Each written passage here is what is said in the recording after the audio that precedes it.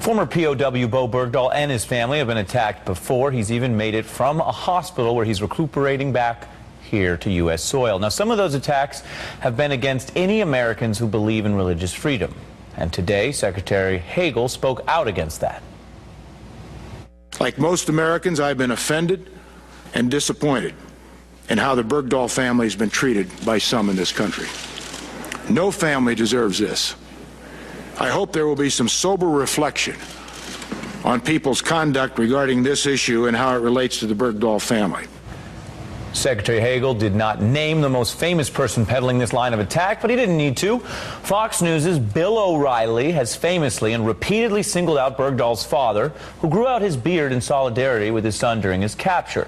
But O'Reilly insists that Mr. Bergdahl appears Muslim, whatever that means or is supposed to mean, and that he's sympathetic to the Muslim religion. Robert Bergdahl, the father, who is also engendering some controversy. He has learned to speak Pashto, the language of the Taliban, and looks like a Muslim. He's also somewhat sympathetic to Islam, actually thanking Allah right in front of the president. Now, the reason I said that Robert Bergdahl looked like a Muslim is that he looks like a Muslim. I said that Robert Bergdahl looked like a Muslim when he appeared at the White House with President Obama. He absolutely looked like a Muslim. That is the definition of profiling. Mr. O'Reilly, I said it's the definition of profiling because it's the definition of profiling.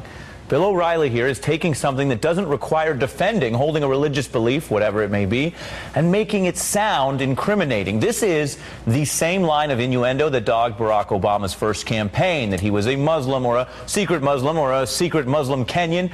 And these kind of attacks rest on a very un-American premise, that people who are different are very likely disloyal. Also tonight, we can report there was a new press conference about threats to the Bergdahl family.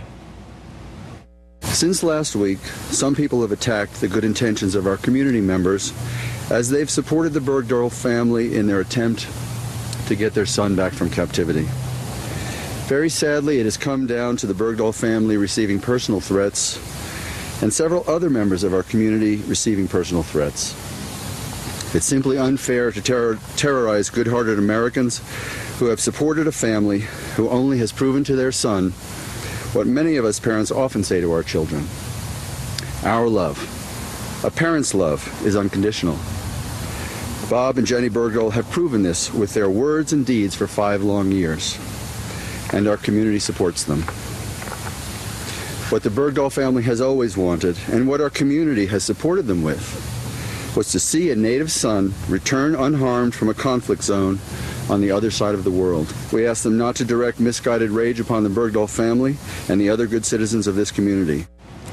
Misguided rage. Joining me now is the first Iraq war vet elected to Congress, former Congressman Patrick Murphy. Good evening. What is going on here? Bill O'Reilly, Muslim hunter, Ari. I mean, this guy has no problem attacking a military family. He's not going to go after the Duck Dynasty guys, but he says Bob Bergdahl, who's a devout Presbyterian, by the way, he's a Muslim because he's growing out a beard. Let's be very clear. The third largest religion in America, it's Christianity, Judaism, and then Islam. There are 2.6 million Muslims in America. Bill O'Reilly doesn't understand the whole foundation of our country. We're a nation of immigrants. We're a melting pot. And Congressman, if he were, he's not, for the sake of being factual here on a news program, right.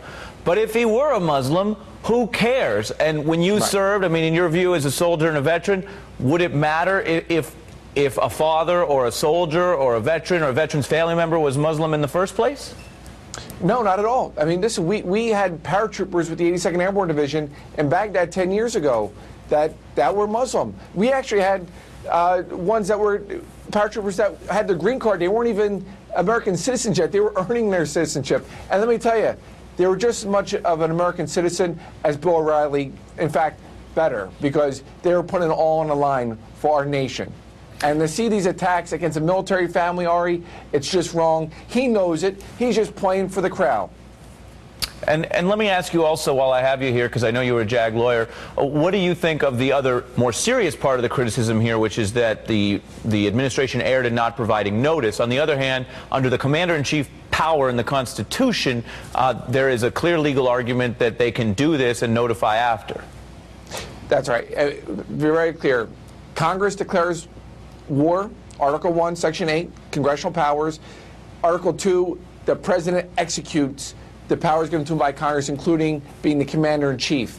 And Congress gave him the authority to execute, obviously, in Afghanistan. The president consulted with Congress twice in 2011 and 2012. He doesn't have to go back and ask for permission. He consulted with them.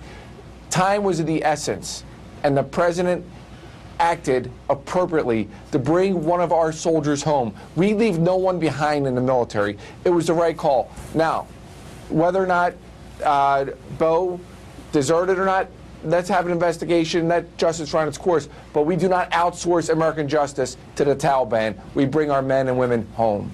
Strong words from Iraq War veteran and Congressman Patrick Murphy, and it gets you the last word tonight. Thank you very much.